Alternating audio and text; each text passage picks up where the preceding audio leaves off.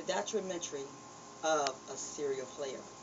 Hi, my name is Dr. Purdue, and this is my book, my video book on the documentary of a serial player. I am a certified Christian counselor.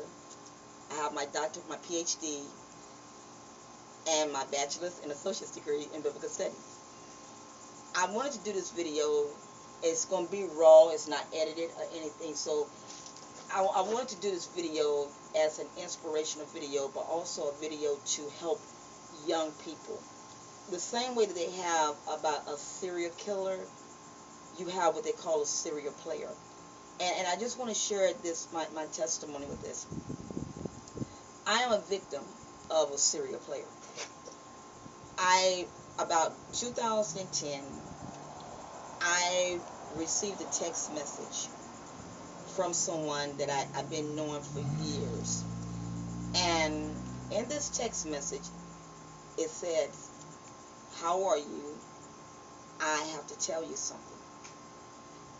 And like anybody else, you sit there and say, "Oh, wow, you have something to tell me." Well, in the text message, it said, "I have feelings for you." Well, I replied back and busted out laughing and said, "Right, whatever," like that, And they said, "No, I'm in love with you." Well, right then and there, I was like, "Oh my goodness, are you serious?" It's an honor because I had been knowing this person for a length of time. Just say, when I say years, I mean years with zero, just like that. Well, we became very close every day, getting text messages. It got to the place that he asked me to marry him, the whole 9 yards. Well, at the time, I was legally married to my husband, but I was not living with him because I'm also a victim of domestic violence.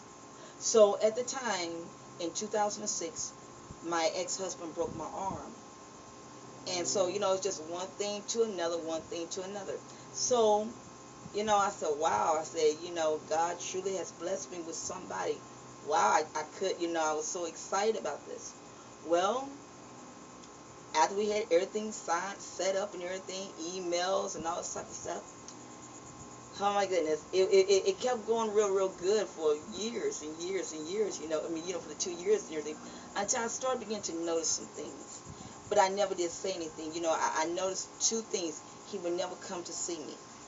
Each time that I would try to go see him, he would never try where we could meet up. And I found it very strange. But it was always an excuse was, "Oh, I'm working," and all this type of stuff. So, I never did say anything. Well, on Mother's Day of 2012 or 2011, he sent me an email and asked me to be the vice president of his company. And I was really crazy about it. I'm like saying, "Wow, what an honor. You give this for a Mother's Day gift. Wow."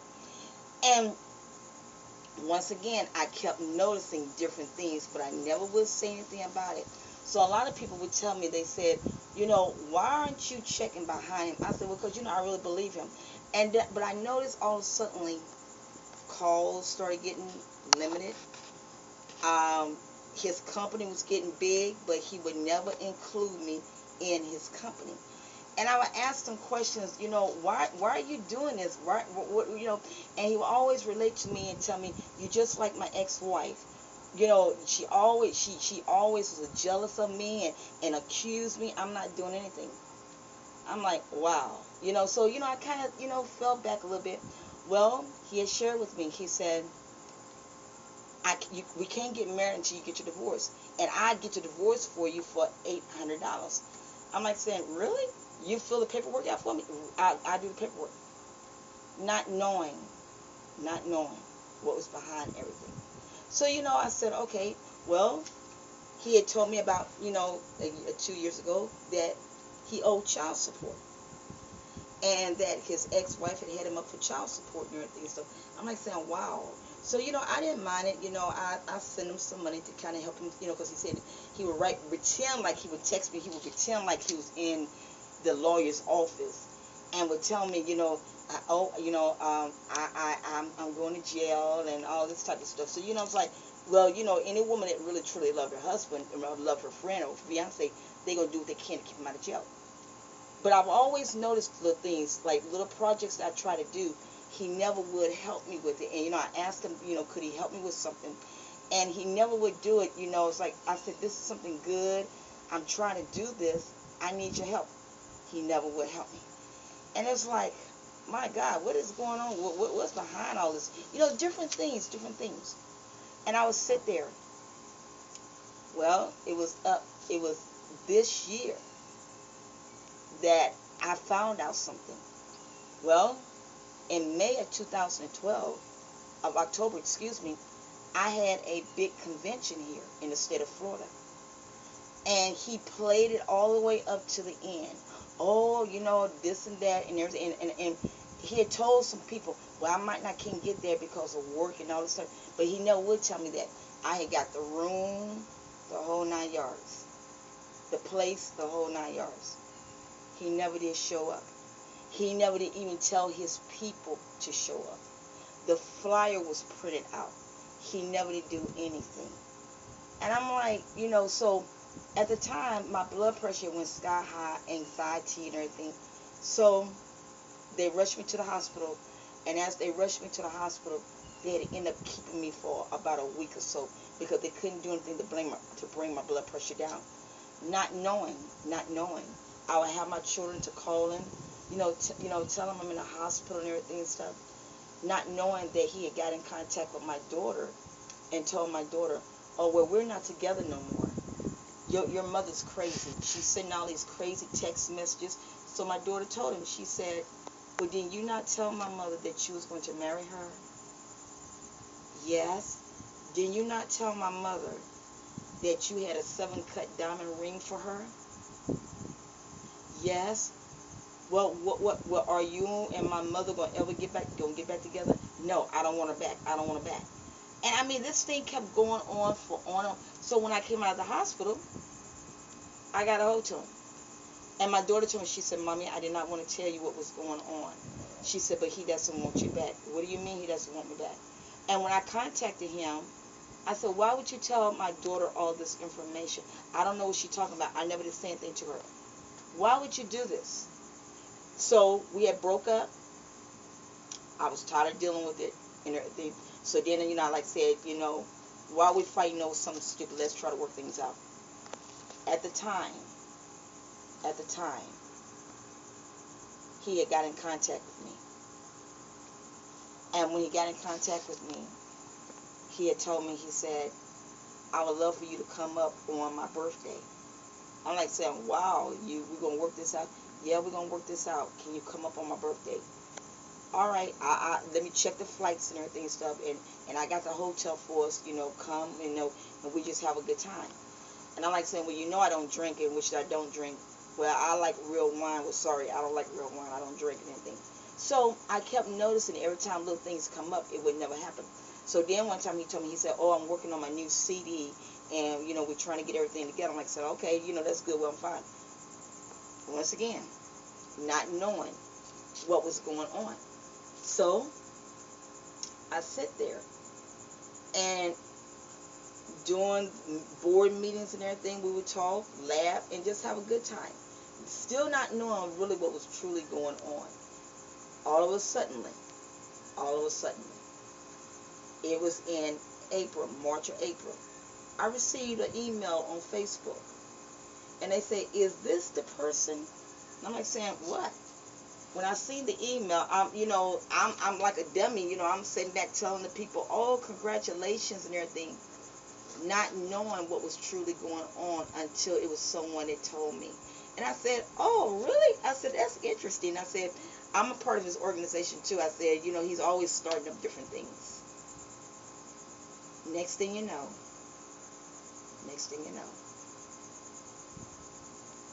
I went to the website and I asked them, who is this person?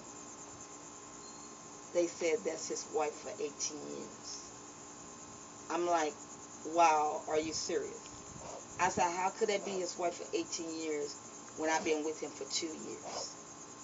It's like, oh my God, it just blew my mind. And so I'm like, are you serious? So when I got in contact with him, he made another another thing and said, well, aren't you and your ex-husband good friends? I said, yeah, so, what was wrong with her being with me? I said, okay, just didn't think no more about it. But then I got in touch with her, and that's when the whole ball began to turn. She said, I knew about you. We have been together for 18 years. And I'm like, are you serious? Because according to him, you guys were divorced. I said, you taking him for child support? She said, what are you talking about? I never taken him for child support. I'm like, are you serious? Well, her and I got to going through changes and everything and stuff. And I'm like saying, So my heart said, go to her Facebook page. And when I went to her Facebook page, I looked at her pictures, and lo and behold, there were the pictures. And I got in touch with him. I said, excuse me, are you serious? Are you truly serious? You, and he did everything. God forgave you. I want you to forgive me. I said, are you serious? I was so tore down. I was so hurt. Until I'm still getting through the hurt. But I've never been played like this. For 2.5 years, I was played by a serial player. Next thing, in the midst of this 2 years, I was also played by a female. And you might say, wow, this female met me on Facebook. And we had been friends for, a good X amount of years and everything and stuff. Next thing I know, according to her, one of her children got killed in not an automobile accident, but by a drunk driver. And that really, it devastated me because I love the little girl. Next thing you know, she was pregnant and she got beat up by her boyfriend. And it's like one thing led to another. Well, she told me, she said, well, since you've been good to me and everything and stuff, and I've been praying, God told me to bless you with X amount of dollars. I'm like, okay, well, I'm not pushing you, I said, but thank God, I'm here. Well, it got to be drama for 2 years. She claimed that she died. People would call me 3 or 4 o'clock in the morning, but they wouldn't call me. They would always text me. Every time I turned around, I was getting a text. Oh, she's climbing the walls. We need you to pray. And I would pray. I would get up out of my bed and I would go pray. I even had people to pray. She's doing this and she's doing that. And it's like, okay, next thing you know, she was under protective services, so they say about her coming here. So I said, well, let her come to Florida and get her a hotel. But the switch off was she thought that she was going to come to my home, and it wasn't going to go down like that. It was not going to go down like that because once she knew me, but she didn't know me. I have a 80-some-year-old mother who has Parkinson's disease. At the time, I had a 17-year-old daughter that was at home. At the time, this was my ex-husband's home. Why would I bring a totally stranger, her and her children, in my home? Well, she had her children. Next thing you know, not even a good, I said 6 months, she was pregnant again. She had moved to Florida. But now she would never come to see me. I would always ask her, would you come and see me? I want to meet you. She would never come to see me. I said, I don't understand. Oh, I got your Escalade. I got all this for you. And I'm like, are you serious? You got all this for me? Well, why can't I see it and everything? So it was like, there's something wrong with this picture. But once again, I was kind of straddled between the fence because I did not want to do anything that would jeopardize my blessing, but also didn't jeopardize what, dealing with her, because I truly loved her. I truly liked her as a friend. Well, it kept getting worse and worse and worse. Until one day I just went off on her and I just totally cursed her out. And I said, look, if you do not want to see me, don't waste your time fooling with me. And let me tell you how this played out. She went on Google and she mapped out everything that was close to me, and that she claimed that she seen me, but she would never show her face at me. And it was like, or do you have problems or something? I never could understand that. And so what she would do, she would sit there. Oh, I'm riding to Orlando, and I would say, well, I want to ride too. Well, get dressed. She would have me to get dressed and wait for her for 2 hours. She would have me to get dressed and my mother get dressed. Oh, I'm coming by and pick grandmother and we going somewhere for 2 hours. One time, we had ran kind of low on food. This is a raw documentary, a true thing of a serial player. This is not being rehearsed. This is real. She would sit there, and my mother told her, she said, look, she said, we done kind of ran out of food. Could you help us a little bit? Oh, yes, I can help you. Tell mom to get you dressed. I would get my mother dressed. Never seen her face. In the mind of a serial player. Never seen her face. My children would tell me, Mama, why are you wasting your time with her? I said, because, she's going to come through. She would have me go to Taco Bell, wait in Taco Bell for like 2 to 3 hours. Oh, well, I'm not coming. Something came up. Wow, you could have told me. She would have me go to Remodel Inn, stay in the lodge, 2 hours, almost close to 3 hours. Never to show up. Even went to Marshall's department store. Oh, I'm on my way. 4 hours. Never showed up. But she will always call me. Mom, I love you. Mom, I love you. She would dangle me when she thought that she had me. And I sit there and I'm like, are you serious? Are you truly serious? And it got to the place that I'm not going to give you the money until you leave your friend alone. Because he's no good. When I broke ties off with him, I said, look, I'm no longer with him. I've broken ties off with him. What else is new? Okay, well, as long as you broke ties off, I'm going to give you the money. Never did give me the money.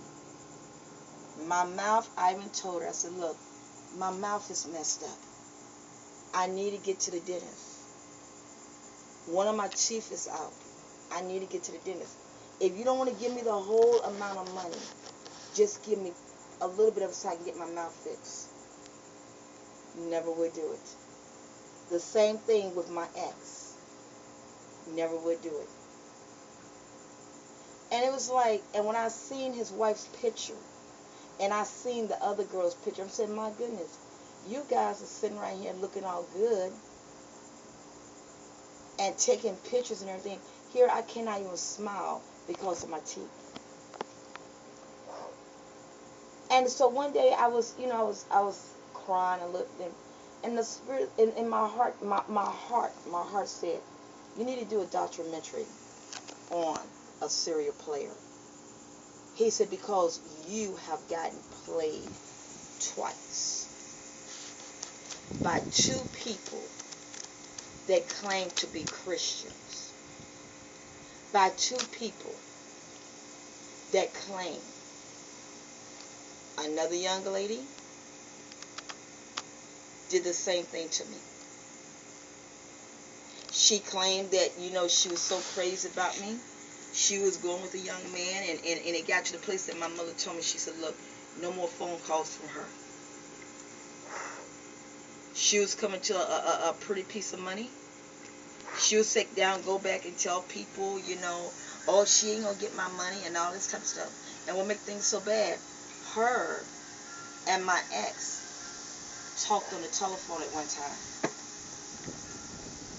And he shared some things with her that he wanted her to go down on him. Oh yeah, oh yeah, and she said, what about her? What about Dr. Purdue? What about him? We're not together. But all at the same time, I was getting text messages speaking about how much he loved me in the mind of a serial player. Women wake up. Men wake up. You have people that are running game out here. And when they run game, they don't really know how they're doing anything. They're just playing you. I have text messages of the things that was written to me. How are you doing? I love you. Please forgive me. I cherish our friendship. God has forgiven me. My past is gone. If you and I are expected to go ahead in life, let the past go. If you want me to travel with you into the future, don't bring up my past. Oh, all those little things.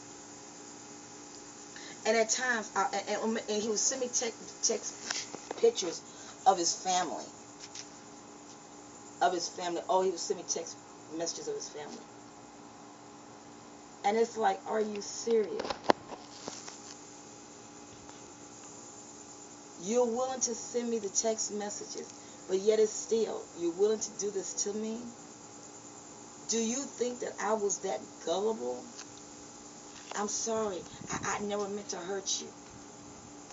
Then we had a piece of, then we had, I just broke the ties off with our company. Because I was paying for land, an investment for land. My mother, every month would give me the money to help pay for this land. Oh, don't worry about it. We got it.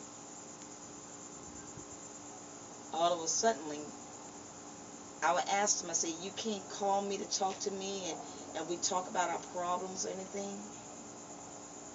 You can't call and talk to me about it? But you could pick the phone up and text me about money? Don't you care? And what I did was, and it was the biggest mistake that I made, but some people said I should have taken him to court. Maybe I should have. But I'm a person like this. Karma will eat you in your behind. I said, you know what? For this so-called land, sell it and give the money to your wife. Now, we're looking at close to $700,000 that I just let go. Does it hurt? Yes, it does. But when you have been beaten down and tore down and criticized and ridiculed of things that you're so hoping for, and when people tell you, he's not right, but all at the same time, he's telling you that, don't worry about it. All at the same time, people telling you about the other person. No, she ain't got no money for you. But all at the same time, she writing you, yes, I do got money for you. Go to the bank. She even had me to go to the bank and argue with the bank. Yes, this money is coming in. They were looking at their account. No. Oh, there was a bill that I had to go pay. Oh, go ahead and pay the bill. Don't worry about it. Go ahead and pay the bill. And I would put the money in the bank. I lost my checking account behind this. There are people that are sick. There are serial players. They talk about serial killers. There are serial players. And they keep doing this thing over and over and over and over and over. His wife even shared me. She said he does it all the time. Well, if he do it all the time, why are you still with him? Because I love him. You're in love with a man that don't even love you. She even wrote me a nasty letter and said, I'm going to always be his wife. I'm going to always be the one. Really? Wow. Wow. Wow, that's all I could say was wow. Ain't no woman. Wow. Well, newsflash, even he told me he was still looking. So we've got to see what time it is. And the lady, when I got my phone number changed, I said, I can't deal with this no more. When are you leaving for Africa? Because I'm leaving for Africa. I was supposed, the money that she was supposed to give me, that was the money that I was supposed to invest in my organization. Now I have nothing. Why? All because of a serial player. And they're loaded on Facebook. There are so many of them on Facebook. And I love Facebook, but Facebook have too many game players on it. And then they call themselves speaking a word over you.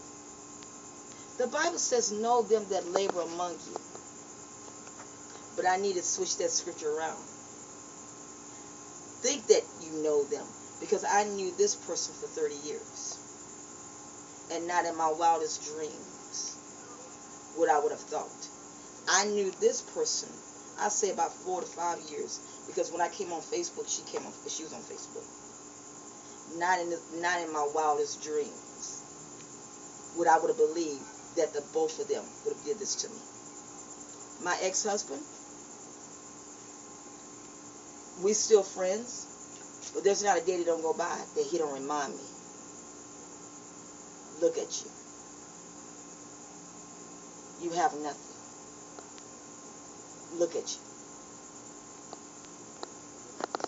You can't even do anything. Look at you. I'm tired of supporting you. All for 2 people that played me. Now you might say, well, that's your stupidness. No, it's not. People, let me share something with you, because this is a documentary and this is something very important. Let me share something with you. Back in the old days, your word used to be your bond. You used to believe people. You used to, could understand people. But in this day and time, players have gotten very smart. And if they know how to really run a game on you, they really know how to run a game on you. I tell my grandchildren, don't believe half of the stuff that you hear, and don't believe half the stuff that you see. Right now, I take care of my grandmother. My mother. Please forgive me, my mother. There are times that we don't even know she has Parkinson's disease. Her medicine runs like $100 a month. There are times that we don't have the money to do that, to get her medicine. I was so busy supporting what I thought was real. And when it all turned out, it was all fake. Do I still keep in contact with him? Yes and no. Do I still love him? No.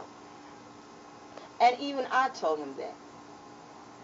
He made a comment one time. He said, just move on with you. I said, well, number one, what makes you think that I want you back? Why do I want a liar back? Why do I want somebody back that lies? You're crazy. The person that, the young lady that, kind of just dissed me when I told her something done. This is what she tells me. You ain't the only one. Somebody else will be my mama. And then that's when it really hit me hard. You know what? I need to get this done. This is raw material. I'm coming to you raw. I'm not coming to you trying to be all pretty. I'm not coming to you trying to be all sophisticated. I'm coming to you raw. Watch out for the serial players. I could go and get my cell phone and read the messages, because I never deleted my messages that he sent me. Messages that she sent me. Oh, she spent buku money on getting her body transferred. Transfer. According to her, she's in my last name, Purdue. But have I seen the documents? No, I have not. Have I seen the paperwork? No, I have not.